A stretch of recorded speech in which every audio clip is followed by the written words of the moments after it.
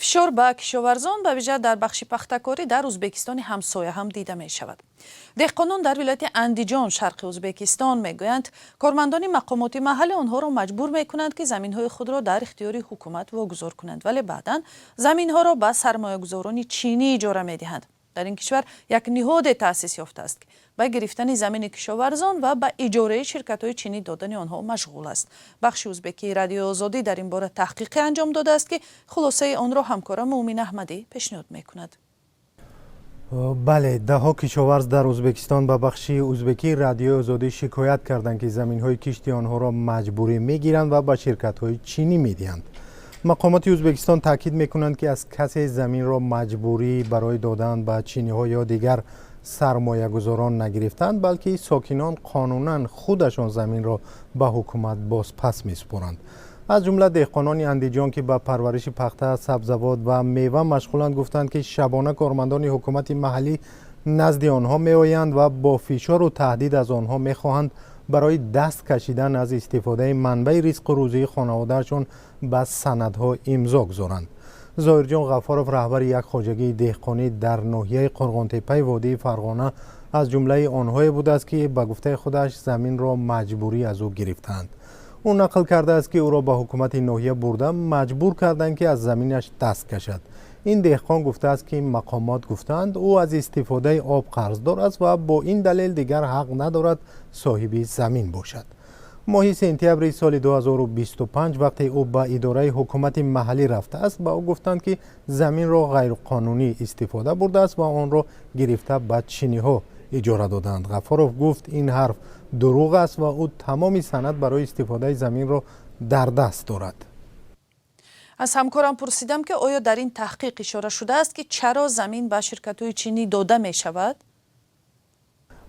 بله، شرکت‌های چینی در این زمین‌ها اصلاً پخته کشت می‌کنند. البته چین یکی از بزرگترین سرمایه‌گذار در ازبکستان است که ده‌ها لاحیه را در این کشور مبلغ گذاری می‌کند، اما حضور افزاینده شرکت‌های چینی در این کشور دهقانان محلی را نگران کرده است. زمین‌هایی که دهقانان روزی خود و خانواده‌شان را از آن می‌یابند به شرکت‌های چینی اجاره داده می‌شود. دلمراد خواجه بردیف رئیس اداره کشاورزی ناحیه قرغان‌تپه و یکی از منصبدارانی که در دادن زمین دیگر کشاورزان به سرمایه‌گذاران چینی شرکت داشته است گفت زمین بر اساس قرار حکومت ازبکستان بر ریاست یا دیرکسیای نو تأسیس داده می شود. او گفت زمین در ازبکستان مستقیم به خارجیان اجاره دادن نمی شود. به سوال اینکه چطور کشاورزان چینی سال گذشته در این زمین ها زراعت کشتند، او گفت آنها زمین را از ریاست یا همان دیرکسیای نو تأسیس اجاره گرفتند. طبق قرار دیوان وزیران ازبکستان که ماه می سال 2025 تصویب شده است، چنین ریاست‌ها در ولایت اندیجان 6 ولایت دیگر ازبکستان تأسیس یافته است. این ریاست استفاده ثمرناک زمین را نظارت می‌کند و زمین‌های کشاورزی را موافق قانون گویا به سرمایه‌گذاران خارجی یا محلی واگذار می‌کند.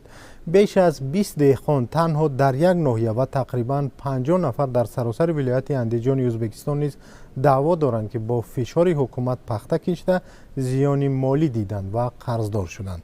بعداً حکومت زمین‌های آنها را گرفته به دیرکسیا یا ریاست نو تأسیس داده است. این ریاست اکثر زمین‌ها را به شرکت‌های چینی می‌دهد که حالا در ازبکستان تعدادشان بیشتر شده است. تشکر مومن احمدی بود با خلاصه های یک تحقیق رادیو آزادلیک درباره فشار به کشاورزان و به اختیار چینی ها دادن زمین دهقانان محلی.